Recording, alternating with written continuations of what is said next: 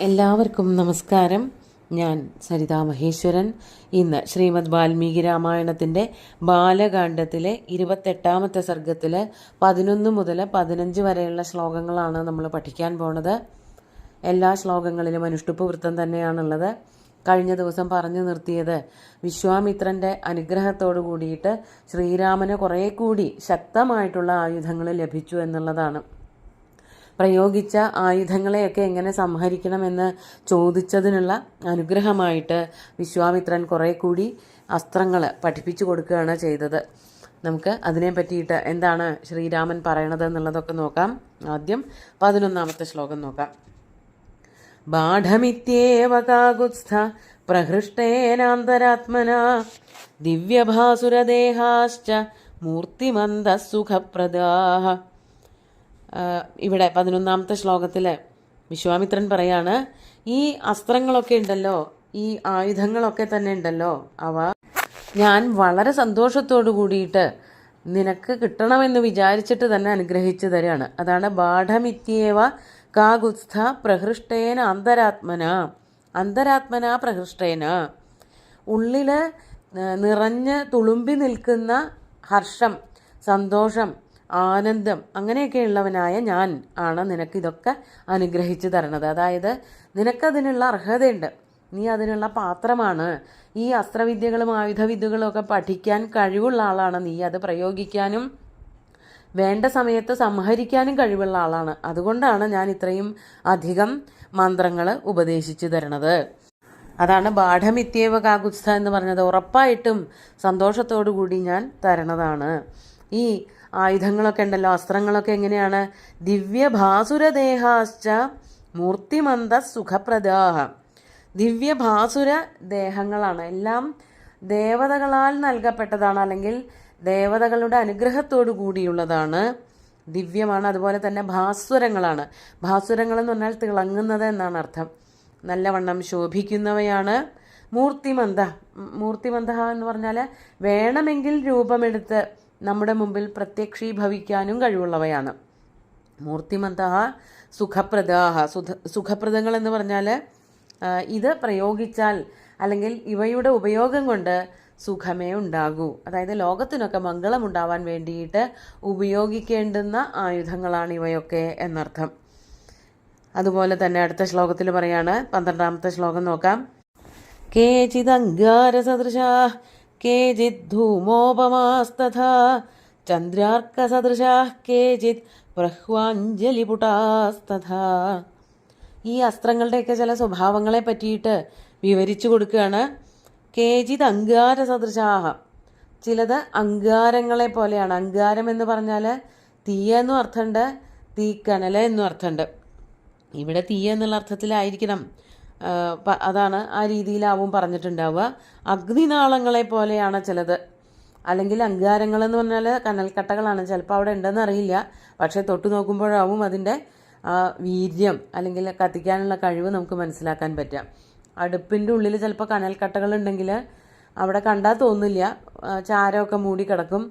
ചിലപ്പോൾ എല്ലാ എണ്ണകളോ നെയ്യോ അല്ലെങ്കിൽ അങ്ങനെ കത്തുന്ന പദാർത്ഥങ്ങൾ എന്തെങ്കിലും അതിലേക്ക് ഇട്ടിട്ടുണ്ടെങ്കിൽ കത്തി ജ്വലിക്കുകയും ചെയ്യും. അതും വേണമെങ്കിൽ പറയാം. ഇനി മറ്റു ചിലത് ധൂമോപമങ്ങൾ. ധൂമം പുകയാണ്. എല്ലാം ഒരേപോലെയല്ല, ചിലത് അഗ്നി ജ്വലിപ്പിക്കുന്നവയാണ്, മറ്റു ചിലത് പുകയാണ് ഉണ്ടാക്കുക. അതായത് പലതരത്തിലുള്ള ആക്രമണങ്ങളാണ്. വാരുണാസ്ത്രം എന്ന് പറയുമ്പോൾ ചിലപ്പോൾ അത് പ്രയോഗിക്കുമ്പോൾ അവിടെ മഴയാണ് പെയ്യുക. അതുപോലെ ബ്രഹ്മാസ്ത്രം അല്ലെങ്കിൽ ആഗ്നേയാസ്ത്രം എന്ന് പറയുമ്പോൾ അത് പ്രയോഗിക്കുമ്പോൾ തീയാണ് കത്തുക. അതുപോലെ ചില അസ്ത്രങ്ങൾ പ്രയോഗിക്കുമ്പോൾ കത്ത് മഴ പെയ്യൊന്നും അല്ല ഉണ്ടാവുക, ഭയങ്കരമായിട്ട് പുകയുണ്ടാവും, ധൂമോപമങ്ങളായിത്തീരും, ധൂമം വന്ന് നിറയാനിടയുണ്ട്. ഇങ്ങനത്തെ അസ്ത്രങ്ങളുടെ ഓരോ പ്രയോജനങ്ങളാണ്, അവയുടെ പ്രയോഗത്തിലുണ്ടാവുന്ന ഓരോരോ അവസ്ഥകൾ വർണ്ണിക്കുകയാണ്. ഇനി മറ്റു ചിലത് ചന്ദ്ര അർക്കസദൃശാഹ. ചന്ദ്രനെ പോലെയുള്ളവയുണ്ട്, അർക്കനെ പോലെയുള്ളവയുണ്ട്. പ്രയോഗിച്ചാൽ അത്ര കണ്ട് മുറിവേൽക്കാത്തവ, അതാണ് ചന്ദ്രനെ പോലെയുള്ളത്. കുറച്ച് ശീത സ്വഭാവമുള്ളതാണ്, അത്ര പെട്ടെന്ന് ആക്രമണശീലമുണ്ടാവില്ല. അങ്ങനത്തെ അസ്ത്രങ്ങളുണ്ട്. വേറെ ചിലത് അർക്കനെ പോലെ, അതായത് സൂര്യനെ പോലെ കത്തിജ്വലിച്ച് നിൽക്കുന്നവയാണ്. അടുത്തേക്കൊന്നും പോകാൻ പറ്റാത്ത അത്രയ്ക്ക് ശോഭയോടും ചൂടോടും കൂടി നിൽക്കുന്നതായിട്ടുള്ള അസ്ത്രങ്ങൾ. അതാണ് ചന്ദ്രാർക്ക സദൃശാഹ കേചിത് പ്രഹ്വാഞ്ജലിപുടാസ്തഥ.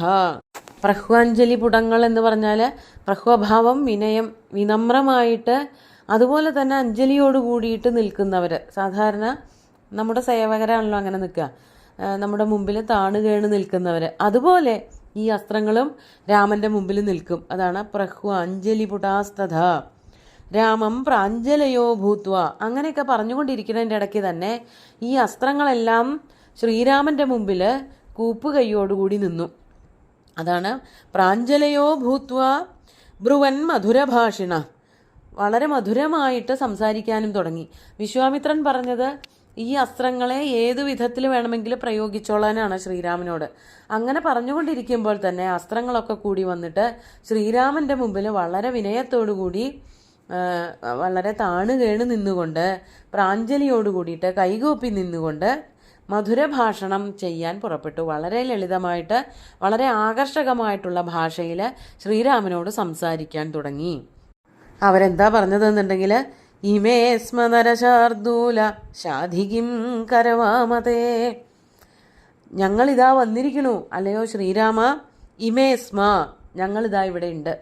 നരശാർദൂല, അല്ലയോ രാജാക്കന്മാരിൽ വെച്ച് ഏറ്റവും ആക്രമണകാരിയായിട്ടുള്ള ഏറ്റവും ശ്രേഷ്ഠനായിട്ടുള്ള രാജകുമാര, അല്ലയോ ശ്രീരാമ, ഞങ്ങളിതാ അങ്ങയുടെ മുമ്പിൽ സന്നിഹിതരായിരിക്കുന്നു.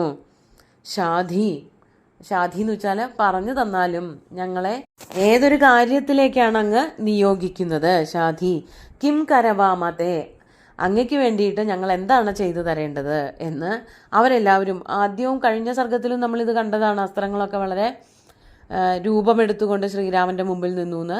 ഈ അസ്ത്രങ്ങളും അതുപോലെ തന്നെ കൃശാശ്വൻ പറഞ്ഞു കൊടുത്തതായിട്ടുള്ള അസ്ത്രങ്ങൾ ശ്രീരാമന് കിട്ടിക്കഴിഞ്ഞു.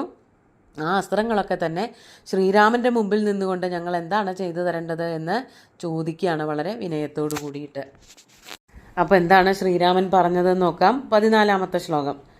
ഗമ്യതാമിതിദാനാഹ യഥേഷ്ടം രഘുനന്ദന മാനസാഃ കാര്യകാലേഷു സാഹായ്യം മേ കരിഷ്യഥ.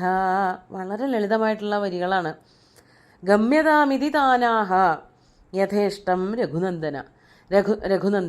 രഘുനന്ദനൻ അവരോട് എന്താ പറഞ്ഞത്? ആദ്യം തന്നെ ഗമ്യതാം, എല്ലാവരും ഇപ്പോൾ പൊക്കോളൂ, ഇപ്പോൾ ആവശ്യമൊന്നുമില്ല. യഥേഷ്ടം ഗമ്യതാം, താൻ ആഹാ എന്ന്. എങ്ങടാ പോകേണ്ടത്, എവിടേക്കാണ് നിങ്ങളുടെ ഇഷ്ടത്തിന് എവിടേക്കാണ് പോകേണ്ടത് വെച്ചാൽ ഇപ്പോൾ പൊക്കോളൂ, എനിക്ക് നിങ്ങളെ കൊണ്ട് ഇപ്പോൾ വലിയ ആവശ്യമൊന്നുമില്ല. ആവശ്യമുള്ളപ്പോൾ എൻ്റെ ഉള്ളിൽ ഉണ്ടാവും വേണം. അതാണ് മാനസാഹ കാര്യകാലേഷു. കാര്യകാലം എന്ന് പറഞ്ഞാൽ പ്രവർത്തിക്കുന്ന സമയം, യുദ്ധം ചെയ്യുന്ന സമയം. ആ സമയത്ത് എൻ്റെ ഉള്ളിൽ നിങ്ങൾ നിറഞ്ഞു നിൽക്കണം. മാനസാഹ, മനസ്സിൽ നിൽക്കുന്നവരായിട്ട് വർത്തിക്കണം. ഇപ്പോൾ ആവശ്യമേ ഇല്ല. ഇപ്പോൾ വേറെ ചില ആവശ്യങ്ങൾക്കായിട്ട് പോവാണ്. യുദ്ധത്തിനുള്ളൊരു പുറപ്പാടുമില്ല. അതുകൊണ്ട് നിങ്ങളെ കൊണ്ട് എനിക്ക് പ്രത്യേകിച്ചൊരു കാര്യമില്ല. എവിടെയാണ് മറ്റാരെങ്കിലും പ്രയോഗിക്കണമെന്ന് വിചാരിക്കുന്നുണ്ടെങ്കിൽ അവിടേക്ക് പോയിക്കോളൂ, എനിക്ക് ഇപ്പോൾ ആവശ്യമില്ല. അങ്ങനെ കാര്യകാലങ്ങളിൽ, യുദ്ധം ചെയ്യേണ്ടുന്ന അവസരങ്ങളിൽ സാഹായ്യമ്മേ കരിഷ്യഥ, നിങ്ങളെല്ലാവരും എനിക്ക് സഹായം ചെയ്തു തരണം.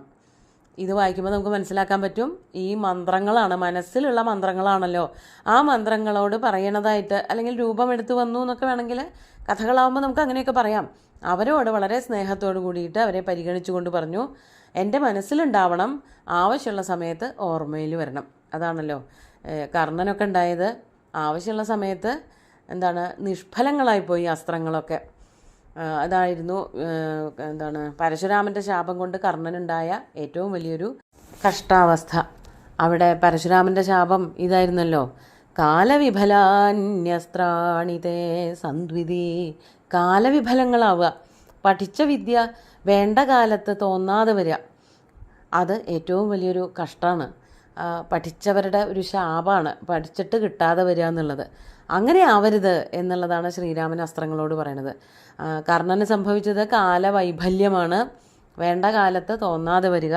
ഇവിടെ പറയണത് കാര്യകാലേഷു സാഹായ്യം മേ കരിഷ്യഥ. എപ്പോഴാണോ ആവശ്യം ആ സമയത്ത് എൻ്റെ മനസ്സിൽ ഉണ്ടാവണം, തെളിഞ്ഞു നിൽക്കണം. ഇപ്പോൾ മങ്ങി നിന്നോളൂ, വേറെ എവിടെയെങ്കിലും പോകണമെന്നുണ്ടെങ്കിൽ പൊക്കോളൂ എന്ന് ആൾക്കാരോട് പറയണത് പോലെ തന്നെ അസ്ത്രങ്ങളോട് പറയുകയാണ് ചെയ്തത്. എന്നിട്ട് 15-ാമത്തെ ശ്ലോകം നോക്കാം. അഥ തേ രാമമാമന്ത്ര്യ കൃത്വാ ചാപി പ്രദക്ഷിണം ഏവമസ്ത്വിതി കാകുത്സ്ഥ മുക്ത്വാ ജഗ്മുർയഥാഗതം. അഥ അനന്തരം, അങ്ങനെ ശ്രീരാമൻ്റെ വാക്കുകൾ കേട്ടപ്പോൾ രാമം ആമന്ത്ര്യ, ആമന്ത്ര്യ എന്ന് പറഞ്ഞാൽ രാമനോട് യാത്ര പറഞ്ഞിട്ട് അനുവാദം ചോദിക്കുക എന്നർത്ഥം. അതായത് രാമൻ്റെ അനുവാദത്തോട് കൂടിയിട്ടാണ് ഇനി അസ്ത്രങ്ങൾ സഞ്ചരിക്കുള്ളൂ. അതായത് രാമന് ഉപദേശിച്ച് കിട്ടിയല്ലോ. അപ്പോൾ രാമനോട് ചോദിച്ചിട്ട് ഞങ്ങൾ എന്നാൽ ശരി അങ്ങനെ ആവട്ടെ എന്നൊക്കെ പറഞ്ഞിട്ട് ആമന്ത്ര്യ അനുവാദത്തോടു കൂടി യാത്ര പറഞ്ഞിട്ട്, മേഘസന്ദേശത്തിലൊക്കെ പറയുന്നത് പോലെ ആവൃച്ഛസ്വ പ്രിയ സഖമമും തുംഗമാലിംഗ്യ ശൈലം വന്ധ്യൈ പുംസാം രഘുപതിപദൈരംഗിതം മേഖലാസു എന്ന് മേഘത്തിനോട്, ആ ചിത്രകൂട പർവ്വതത്തിനോട്, രാമഗിരിയോട് യാത്ര പറഞ്ഞോളാൻ പറയുന്ന ഒരു സന്ദർഭമുണ്ട് യക്ഷൻ.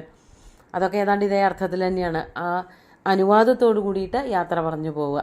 അങ്ങനെ രാമം ആമന്ത്ര്യ, അവർ ഈ അസ്ത്രങ്ങളെല്ലാം തന്നെ രാമനോട് രാമൻ്റെ അനുവാദത്തോടു കൂടിയിട്ട് യാത്ര ചോദിച്ചിട്ട് പ്രദക്ഷിണം ച കൃത്വ, പ്രദക്ഷിണം വച്ചിട്ട്, ശ്രീരാമനെ പ്രദക്ഷിണം വച്ചിട്ട്, കഴിഞ്ഞ സർഗത്തിലും ഇതൊക്കെ തന്നെ ഏതാണ്ട് ഒരു ആവർത്തനം പോലെ കാണാനുണ്ട്. പ്രദക്ഷിണം വച്ചിട്ട് ഏവമസ്തുതി കാകുസ്ഥം ഉക്ത്വാ ജഗ്മുർ യഥാഗതം, അങ്ങനെ ആവട്ടെ എന്ന് ഇങ്ങനെ പ്രദക്ഷിണം വച്ചപ്പോൾ കാകുസ്ഥൻ എന്ത് ചെയ്തു? അങ്ങനെ തന്നെ ആവട്ടെ, ഏവമസ്തു ഇതി കാകുസ്ഥം ഉക്ത്വാ, കാകുസ്ഥനോട് പറഞ്ഞിട്ട് യഥാഗതം ജഗ്മു, എവിടെ നിന്നാണോ വന്നത് അവിടേക്ക് തന്നെ തിരിച്ചുപോയി. അതായത് മുമ്പിൽ പ്രത്യക്ഷപ്പെട്ട എല്ലാ അസ്ത്രങ്ങളും അപ്രത്യക്ഷങ്ങളായി എന്നർത്ഥം. ഇനി ആവശ്യമുള്ളപ്പോൾ ശ്രീരാമനെ സഹായിക്കാൻ വന്നോളാം എന്ന് ഉറപ്പ് കൊടുത്തിട്ട് അസ്ത്രങ്ങളൊക്കെ അപ്രത്യക്ഷരായി. ഇത് ഏതാണ്ട് കഴിഞ്ഞ സർഗത്തിൻ്റെ ഒരു ആവർത്തനമാണ്. പക്ഷേ കുറച്ച് അസ്ത്രങ്ങളുടെ പേരുകളൊക്കെ കഴിഞ്ഞ ദിവസം നമ്മൾ നോക്കിയെന്ന് മാത്രം. കുറച്ച് വ്യത്യാസം അവിടെ മാത്രമേ ഉള്ളൂ. നമുക്ക് ഇന്നത്തെ ശ്ലോകങ്ങൾ ഒന്നുകൂടി ചൊല്ലി നോക്കാം. ബാഢമിത്യേവ കാകുത്സ്ഥ പ്രഹൃഷ്ടേനാന്തരാത്മനാ ദിവ്യഭാസുരദേഹാശ്ച മൂർത്തിമന്തഃ സുഖപ്രദാഃ കേചിദംഗാരസദൃശാഃ കേചിദ്ധൂമോപമാസ്തഥാ ചന്ദ്രാർക്കസദൃശാഃ കേചിത് പ്രഹ്വാഞ്ജലിപുടാസ്തഥാ രാമം പ്രാഞ്ജലയോ ഭൂത്വാ ബ്രുവൻ മധുരഭാഷിണഃ ഇമേ സ്മ നരശാർദൂല ശാധി കിം കർവാമതേ ഗമ്യതാമിതി താലാഹ യഥേഷ്ടം രഘുനന്ദന മാനസാഃ കാര്യകാലേഷു സാഹായ്യം മേ കരിഷ്യഥ അഥ തേ രാമമാമന്ത്ര്യ കൃത്വാ ചാപി പ്രദക്ഷിണം ഏവമസ്ത്വിതി കാകുസ്ഥമുക്ത്വാ ജഗ്മുർയഥാഗതം. ഇങ്ങനെ അസ്ത്രങ്ങളൊക്കെ അപ്രത്യക്ഷരായി. ശ്രീരാമനും വിശ്വാമിത്രനും ലക്ഷ്മണനും കൂടിയിട്ട് വീണ്ടും നടക്കാൻ ആരംഭിച്ചു. ഇതിലെ ചില പാഠഭേദങ്ങൾ സൂചിപ്പിക്കുന്നുണ്ട്. ഈ പറഞ്ഞ അസ്ത്രങ്ങളൊക്കെ ശ്രീരാമന് മാത്രമല്ല ലക്ഷ്മണനും പഠിപ്പിച്ചു കൊടുത്തു എന്നൊക്കെ. പക്ഷെ നമ്മൾ നോക്കണ പാഠത്തിൽ ആധികാരികമായിട്ട് എടുക്കണ ലീലാവതി ടീച്ചറുടെ വ്യാഖ്യാനത്തിലൊന്നും അങ്ങനെയൊന്നും കാണാനില്ല. ലീലാവതി ടീച്ചർ പറഞ്ഞിരിക്കുന്ന ടെക്സ്റ്റിൽ അതൊന്നും കാണാനില്ല. അതുകൊണ്ട് ആ ഭാഗമൊന്നും വ്യാഖ്യാനിച്ചിട്ടില്ല. ഈ സുന്ദരമായിട്ടുള്ള ശ്ലോകങ്ങൾ ഭഗവാൻ ശ്രീരാമചന്ദ്രൻ്റെ കാൽക്കൽ അർപ്പിച്ചുകൊണ്ട് ഗുരുവായൂരപ്പനെ സാഷ്ടാംഗം നമസ്കരിച്ചുകൊണ്ട് എല്ലാവർക്കും ശുഭദിനം നേർന്നു നിർത്തട്ടെ. നന്ദി.